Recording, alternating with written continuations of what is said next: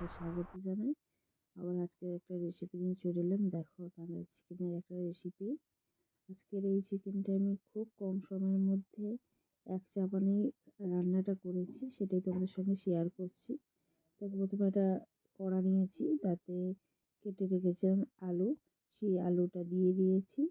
আর এখানে রান্নাটা আমি সাদা তেলে করেছি, সর্ষের তেল আছে ব্যবহার করিনি।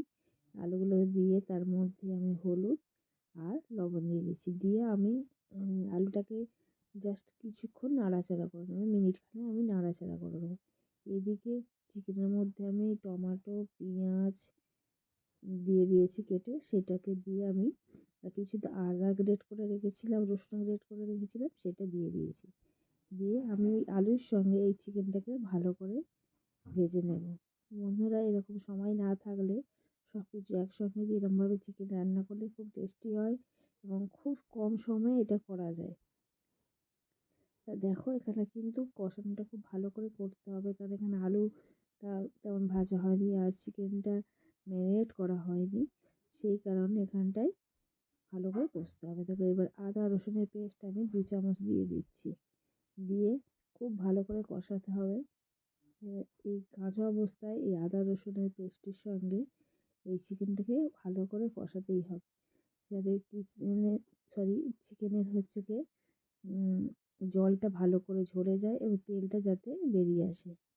দেখতেই পাচ্ছ, এবার কষাটা কিছুক্ষণ হয়ে যাওয়ার পরে এখানে হলুদ গুঁড়ো দিয়ে দিলাম, লাল লঙ্কার গুঁড়ো ঝাল লঙ্কার গুঁড়ো দিয়েছি, আর কিছুটা লাল লঙ্কার গুঁড়ো দিলাম, কাশ্মীরি লঙ্কার গুঁড়ো দিয়ে দিয়েছি।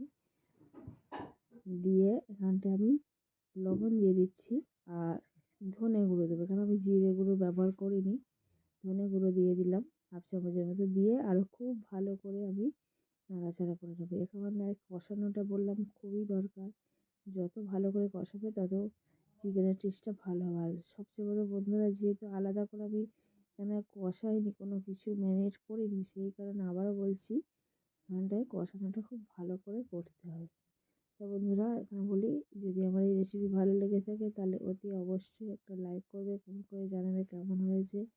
আর যদি আরও ভালো লেগে থাকে তাহলে সাবস্ক্রাইব করে পাশে থাকবে। আর যদি মনে হয় বন্ধুবান্ধবদের সঙ্গে শেয়ার করবে। দেখো এখানে কষানোটা অনেকটা সুন্দরভাবে তেল ছেড়ে দিয়েছে, তোমরা দেখতেই পাচ্ছ।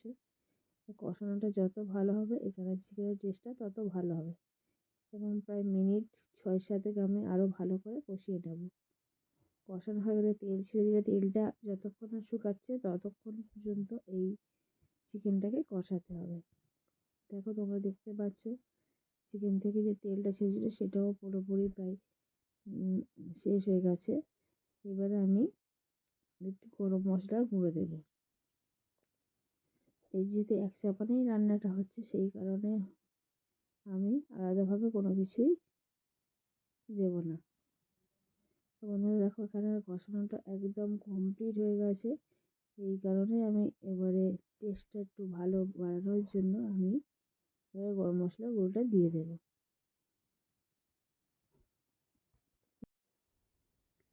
দেখো এখানটা মোটামুটি কমপ্লিট হয়ে গেছে বন্ধুরা, দেখতেই পাচ্ছ কতটা সুন্দর হয়েছে, কষানোটা একদম পারফেক্ট হয়ে গেছে।